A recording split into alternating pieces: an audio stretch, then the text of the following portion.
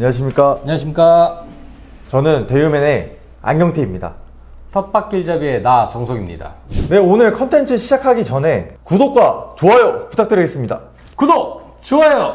네, 오늘은 실내에서 컨텐츠를 하게 됐어요. 네네. 저희가 텃밭에 못 나간 이유는 지금 밖에 비가 너무 많이 오고 있습니다. 아, 비가 갑자기. 가을인데 무슨 여름 장마인 줄 알았어요. 저희가 무배추를 정식한 지 시간이 꽤 지났는데요. 네. 무배추를 심고 나서 제일 중요한 게 있다고 들었습니다. 혹시 그게 무엇일까요? 정식을 하고 나서는 이제 활착이 중요하다고 했잖아요. 이제 활착은 어느 정도 됐을 거라고 이제 판단되고, 활착이 되고 나면은 이게 기본적인 영양 생장이 이루어져야 배추랑 무가 잘 성장을 하게 됩니다. 그래서 떡잎부터 다르다는 말이 있잖아요. 초기부터 잘 커야 끝까지 이제 몰아서 잘 크게 됩니다. 궁금한 게 있습니다. 배추는 처음에 이렇게 잎이 나오고 나중에 나오는 잎들이 오므려져 가지고 이게 단단해지면서 먹을 수 있는 건데 네. 초기 생육보다는 거의 중기, 후기 생육이 더 중요한 거 아닌가요? 아닙니다. 결구를 할 때는 조건이 두 가지 있습니다.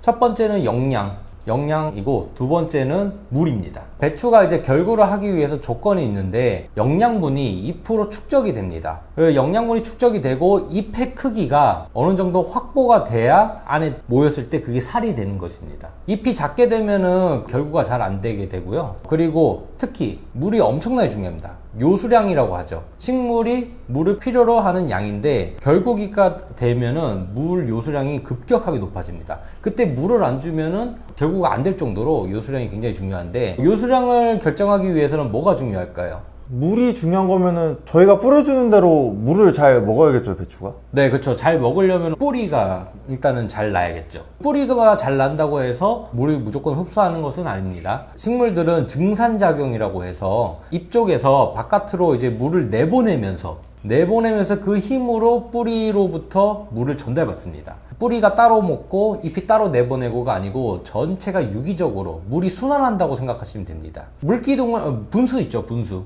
네네. 분수 밑에서부터 쭉 올라가잖아요. 그렇게 하나로 된 유기체라고 생각하시면 됩니다. 벌써 다 정답이 나왔죠? 뿌리 관리와 잎의 성장, 이게 중요합니다. 자, 그럼 이제 두 가지가 나왔습니다. 첫 번째는 잎과 영양, 그리고 두 번째는 뿌리와 물인데요. 잎과 영양에 대해서는 영양 관리를 어떻게 해야 될까요? 영양 관리는 일단 초기 생육이잖아요. 얘네들은 아직 어린이에요. 어린이면은 뭐 어떻게 해야겠어요? 어렸을 때는 골고루 먹어야죠, 골고루. 그렇죠. 편식하지 말고 골고루 먹어야 됩니다. NPK, 질소, 인상, 가리 뿐만 아니라 뭐 황도 중요하고 다른 것도 다 중요하지만은 특히 칼슘이 많이 중요하기 때문에 꾸준히 먹여주셔야 돼요. 가장 중요한 것은 영양분을 주는 것이 중요한 게 아니고 영양분이 부족하지 않게 관리해 주는 것이 가장 중요합니다. 그래서 지속적으로 추비를 계속 주셔야 됩니다. 칼슘은 무게가 굉장히 무겁고 양이온입니다. 양이온에서 부피도 크고 무겁고 이동이 잘 안 되고, 세포벽의 벽은 음이온입니다. 근데 이제 칼슘이 양이온이 있으면은 달라붙겠죠. 올라가다가 세포벽에 달라붙어요. 그러니까 이동이 굉장히 어렵습니다.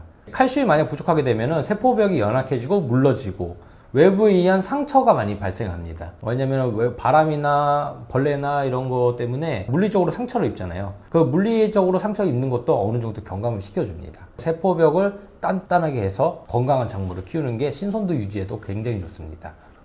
네, 맞습니다. 이렇게 무배추를 단단하게 키우면은 나중에 수확을 했었을 때도 보관하기에 되게 용이하겠네요, 보면. 네, 맞습니다. 중후기로 넘어가면서 꽃대가 올라오기 시작합니다. 꽃대가 올라오는데 추대라고 하죠. 꽃대가 올라오게 되면은 결구가 되지 않습니다. 그래서 배추는 꽃대를 올라오지 않게끔 하는 이제 영양이 있는데, 영양의 밸런스가 중요합니다. 영양의 밸런스에 따라서 영양 생장에서 생식 생장으로 전환을 하게 되는 건데, 영양 관리를 하기 위해서는 균형적인 양분을 꾸준히 시비해 주시는 게 좋습니다.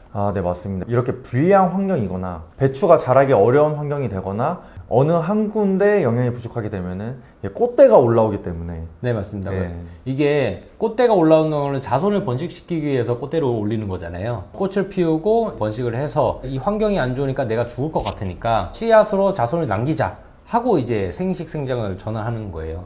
모든 식물이 환경이 자기한테 불리한 조건이 되면은 꽃을 피우게 됩니다. 그럼 얘네들을 속여줘야 되는 거예요. 물 빠짐도 좋게 하고 양분도 계속 줘서 나 아직 먹고 살만하구나 할 만큼 양분을 줘야 되는 거예요.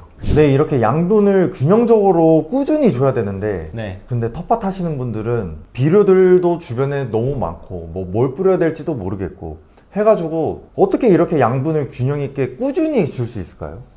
그래서 저희 대유가 그 무 배추의 양분을 쉽게 공급할 수 있도록 만든 제품이 하나 있습니다. 바로 배추 무에. 오. 말 그대로 배추 무에 치는 양정제입니다. 야, 이름 정말 잘 지은 것 같아요. 네. 배추 무에. 그냥 배추 무에 치면 됩니다. 그래서 저희가 양분을 이제 그 대유의 식물영양연구소도 있잖아요. 네네네. 그런 데서 이제 다 실험을 하고 영양분이 균형적으로 들어가 있게끔 만든 제품입니다. 이 배추무회를 쳤을 때 우리 무 배추에는 어떤 효과가 있을까요, 그러면? 우선 영양이 균형적으로 공급이 되어 있다고 말씀드렸잖아요. 일단 NPK 다량원소가 골고루 좀 들어가 있어서 잎이 잘 나고 고토, 마그네슘도 들어있어서 광합성이 일단 잘 됩니다. 잎을 내는 이유가 일단 광합성을 하기 위해서잖아요. 광합성을 해서 양분 축적을 하고 칼슘도 적절히 잘 들어있어서 세포벽을 강화하고 물르지 않게 하고 그래서 저장성이 강화되는, 그래서 신선한 채소를 생산할 수 있도록 도와줍니다. 근데 저희가 구독자분들한테 소개시켜 드렸던 제품들은 다 병에 담겨져 있었는데 네. 이거는 살짝 생긴 게 다른 것 같아요. 이건 수용제죠, 뭐죠? 수용제. 아. 물에 녹여서 사용하는 제품, 가루라고 보시면 됩니다. 그러면 이 가루를 바로 뿌리는 게 아니라 물에 녹여가지고 사용한다는 거군요. 네, 연면살포나 관주 사용 가능하고요. 수용제의 장점은 액제보다 양분이 진하고 많이 들어갈 수 있다라는 게 장점이 있습니다. 가루라서 좀 타는데 조금 번거로움이 있으시겠지만은 가격도 그렇게 뭐 부담스러운 가격은 아니에요. 네, 그래서 좀 사용이 좀 용이하고요. 물 20리터 한 말에 600에서 800배로 희석해서 이제 연면살포 해주시면 됩니다. 600에서 800배는 물 20리터당 25에서 33g이거든요. 이제 계량컵이 있다면은 이제 계량해서 아니면은 밥숟가락 2-3스푼 이렇게 떠서 물에 이렇게 희석해 주시면 됩니다. 그리고 간격도 궁금하시잖아요. 일주일에서 2주 간격으로 주시는데 생육이 조금 더디다, 간격을 좀 좁게 해주시고 잘 자란다 그러면 조금 늦추셔도 되고요. 생육 상태에 따라서 가감해서 사용하시면 됩니다. 네, 이렇게 오늘 소개해드린 대유 배추 무회로 올해 김장김치는 저희가 만든 무 배추로 한번 담가보셨으면 좋겠습니다. 지금까지 대유맨의 안경태였고요. 텃밭길잡이의 나 정석이었습니다. 네, 다음에도 유익한 내용으로 찾아뵙겠습니다. 감사합니다. 감사합니다.